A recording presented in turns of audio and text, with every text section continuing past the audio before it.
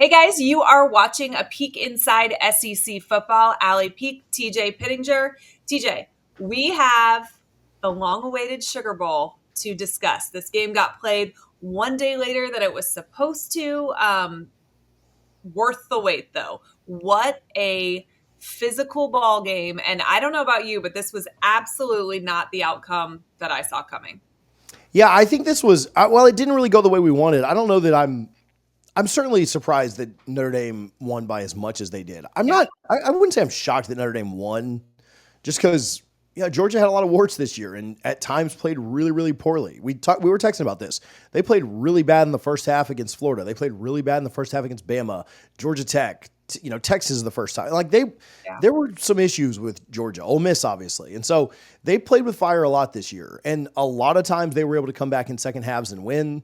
Sometimes they weren't, right? But and because talent wise, they are going to out talent 90% of the teams. Almost everybody. Yeah. And so you can have a bad half of football and still recover from it if you are the more talented team, which by the way, they were the more talented team tonight as well, at least on paper. But do you think, I don't know. This is the first time I've ever felt like Kirby Smart got out coached. Yeah. And I don't think it was close. And to compound that, the mistakes that Kirby made, which he admitted to on the broadcast, he talked about the end of the half.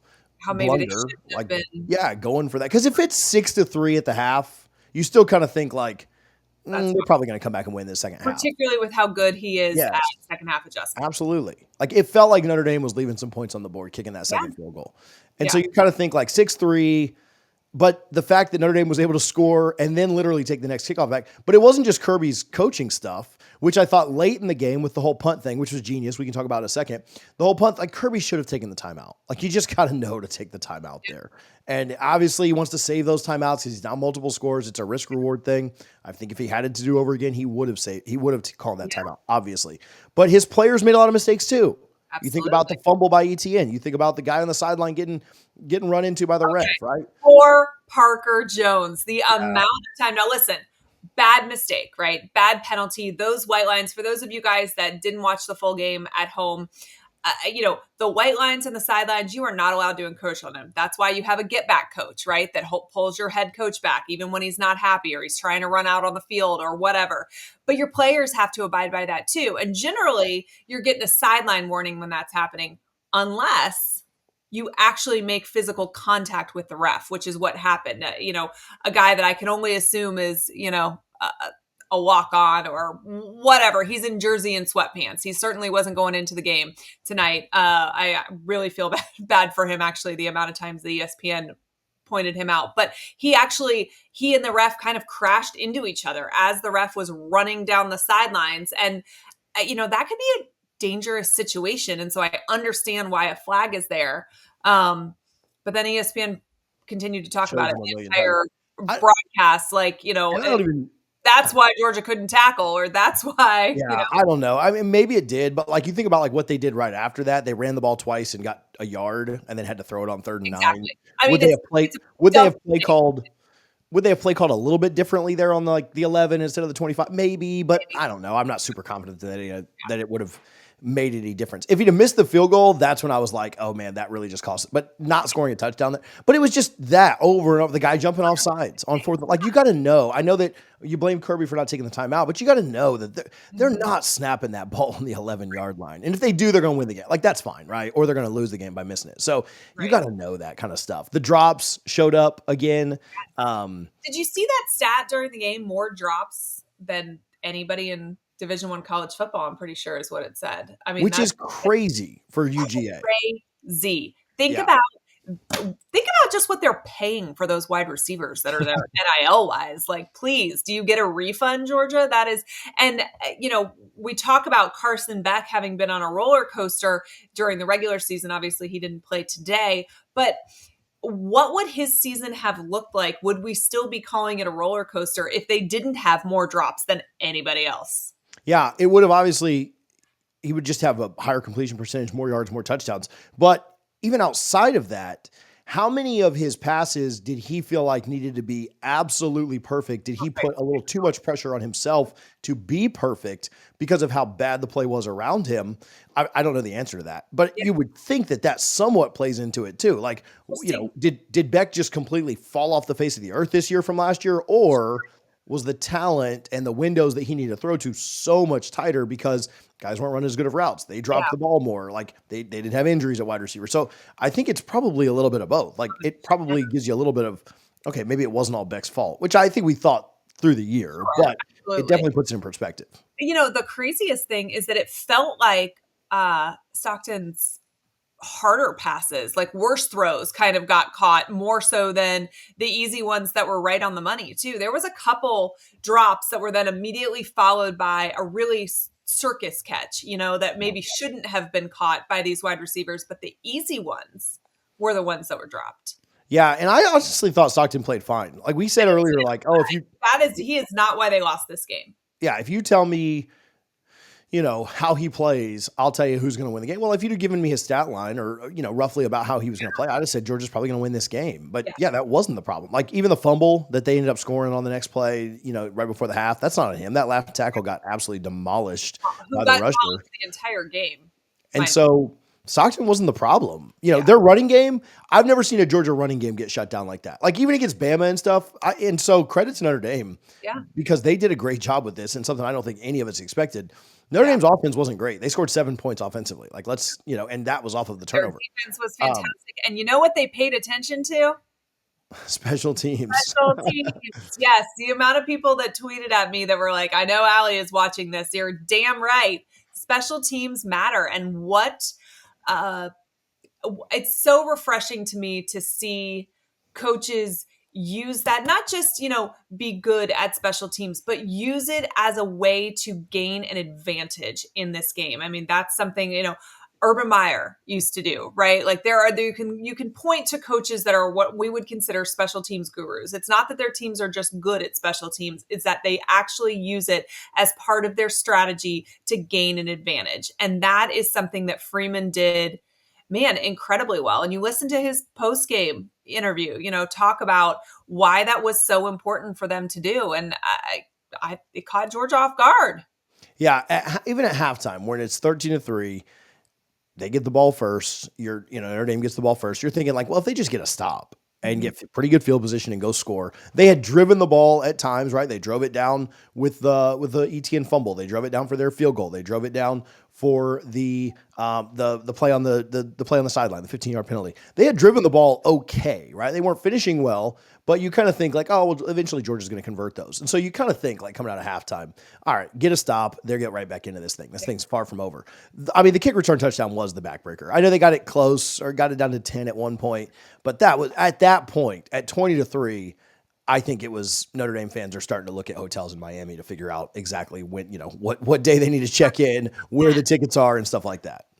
Urban Meyer used to say block a punt, win the game. And the stat was that 9 times out of 10, if you blocked a punt, you would win the football game. I don't remember what the stats are on kick return for a touchdown and winning a game. They're not quite as high as 90%, but that is also another stat that he used to, kind of drill into the heads of his players that if you can get that kick return, the odds that you win the football game increase by a lot. And we saw that. Yeah. What about this? This was interesting to me. The fourth down, we can talk about the punt one too, but the fourth down around midfield where Georgia had a 4th and 2, and then they had a false start, backed them to 4th and 7, and then Notre Dame got called for a delay of game on the defensive line, and then it made it 4th and 2 again, and Kirby's like, all right, send them back out. We're going to go for it. That mistake, like, how it was Notre Dame's night? That mistake by Notre Dame saved them like 30 yards. On a punt. Like if it was 4th and 7, they punt it. Even if it goes out of the back of the end zone, they're starting at the 25.